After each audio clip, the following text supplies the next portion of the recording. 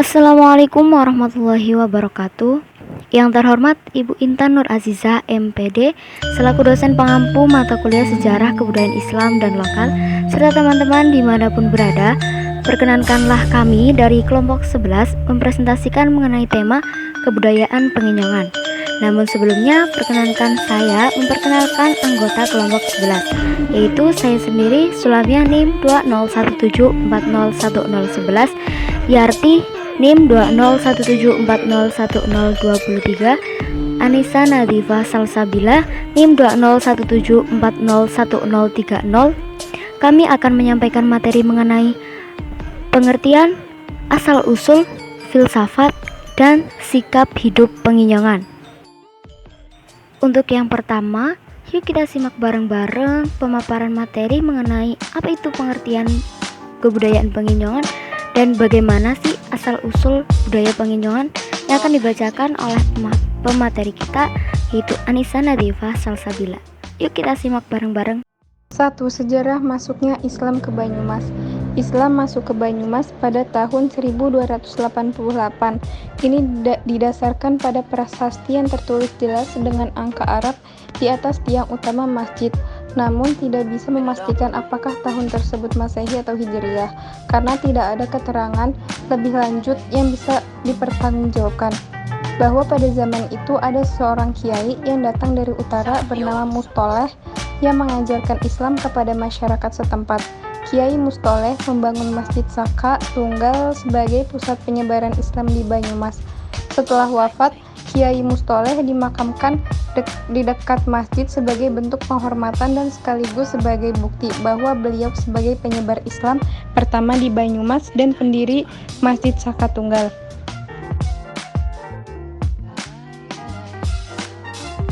Yang kedua, sejarah kebudayaan Penginjongan. Asal-usul budaya Penginjongan berawal dari nenek moyang orang Banyumas yang berasal dari Kutai, Kalimantan Timur pada masa pra-Hindu. Menurut catatan seorang orientalis ahli Islam dan ahli sejarah Van der Meulen, pada abad ketiga sebelum Masehi pendatang dari Kutai mendarat ke tanah Jawa, tepatnya di Cirebon. Kemudian mendiami lereng Gunung Ciremai dan sebagian lainnya menetap di sekitaran Gunung Slamet. 1. Pendatang yang mendiami daerah sekitar Gunung Ciremai berkembang menjadi peradaban Sunda yang berada di sekitar Gunung Slamet mendirikan Kerajaan Galuh Purba. Kerajaan Galuh Purba inilah yang menjadi cikal bakal kerajaan lain di tanah Jawa. 2. Kerajaan Galuh Purba mempunyai wilayah kekuasaan yang cukup luas, mulai dari Indramayu, Cirebon, Brebes, Tegal, Pemalang, Bumiayu, Banyumas, Cilacap, Purbalingga, Banjarnegara, Kedu, Kebumen, Kulon Progo, dan Purwodadi. 3. Berdasarkan prasasti Bogor, Kerajaan Galuh Purba mengalami kemunduran sehingga ibu kota kerajaan pindah ke daerah Kawali dan berganti nama menjadi Galuh Kawali. Kerajaan Galuh Kawali berada di bawah Kerajaan Tarumanegara yang dipimpin oleh Purnawarman. Kerajaan Galuh Kawali kembali mendapatkan kekuasaan ketika Tarumanegara dipimpin oleh Candrawarman, kemudian menjadi Kerajaan Galuh dan berkembang menjadi Kerajaan Pajajaran Jawa Barat.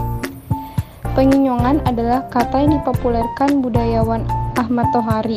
Kata ini memiliki kata dasar inyong yang berarti saya atau aku. Penginjongan sendiri mempresentasikan orang-orang atau bahasa atau budaya yang berasal dari wilayah Banyumasan. Orang-orang Banyumasan yang berada di perantauan rajin membentuk penguyuban Banyumas, dan kata Penginjongan biasanya dipakai sebagai salah satu identitas penguyuban tersebut. Yang bergabung dalam penguyuban tersebut sebagian besar berasal dari wilayah selatan, Kebumen, Cilacap, Banyumas, Purbalingga, dan Banjarnegara. Sebagian lagi berasal dari wilayah utara, Brebes, Tegal, dan Palembang, dan Pemalang. Bahkan yang berasal dari Wonosobo, Pekalongan, dan lain-lain kadang ikut aktif. Selanjutnya, filsafat dan juga sikap hidup Penginjongan sendiri yang akan dibacakan oleh Yarti. 3. Filsafat hidup. Karakteristik makna hidup menurut Basman antara lain: 1. Makna hidup sifatnya unik, pribadi, dan temporer. Artinya apa yang dianggap berarti oleh seseorang sebelum tentu berarti pula bagi orang lain. Makna hidup seseorang dan apa yang bermakna bagi dirinya biasanya sifatnya khusus, berbeda dan tak lama dengan makna hidup orang lain dan dapat berubah dari waktu ke waktu. 2. Spesifik dan nyata, artinya makna hidup benar-benar dapat ditemukan dalam pengalaman dan kehidupan sehari-hari, serta tidak perlu selalu dikaitkan dengan hal-hal serba abstrak filosofi, tujuan-tujuan idealitas, dan prestasi-prestasi akademis yang serba menakjubkan. 3. Memberi pedoman dan arah, artinya makna hidup yang ditemukan oleh seseorang akan memberikan pedoman dan arah kepada kegiatan-kegiatan yang dilakukan sehingga makna hidup seakan-akan menantang dan mengundang seseorang untuk memenuhinya. Makna hidup merupakan sesuatu yang muncul dari diri manusia sendiri. Manusia harus memenuhi kebutuhan dasarnya terlebih dahulu untuk memenuhi kebutuhan nilai-nilai diri dalam dirinya. Bila kebutuhan-kebutuhan dasar telah terpenuhi, maka nilai-nilai itu akan menjadi energi motivasional bagi individu untuk mendedikasikan diri pada usaha memenuhi nilai-nilai tersebut. Adapun tujuan kehidupan manusia: 1. Untuk merealisasikan diri menjadi semakin sempurna dan utuh. Dengan kata lain, kehidupan bagi manusia merupakan kesempatan baginya untuk semakin merealisasikan dirinya. Dengan kata lain, manusia tidak pernah menerima dirinya sebagai sudah sempurna, sudah utuh, sampai kehidupan itu sendiri dialaminya bertemu dengan kematian. 2. Untuk menjalani proses menuju hakikatnya.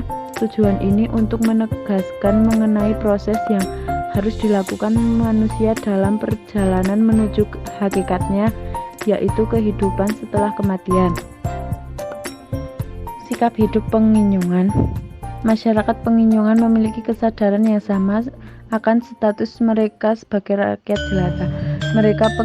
Masyarakat penginjungan yang secara geografis jauh dari daerah keraton mengembangkan kesadaran bersama akan status mereka sebagai rakyat biasa.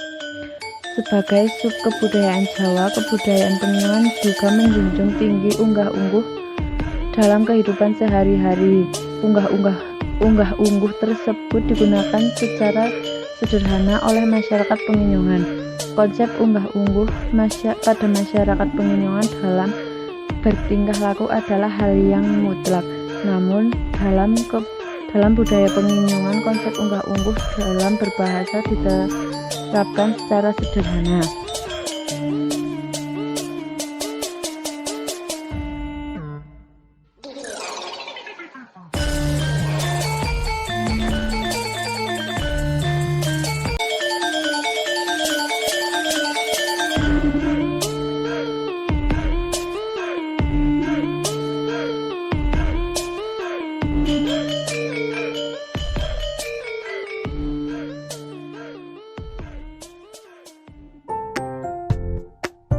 Sikap hidup penginjungan.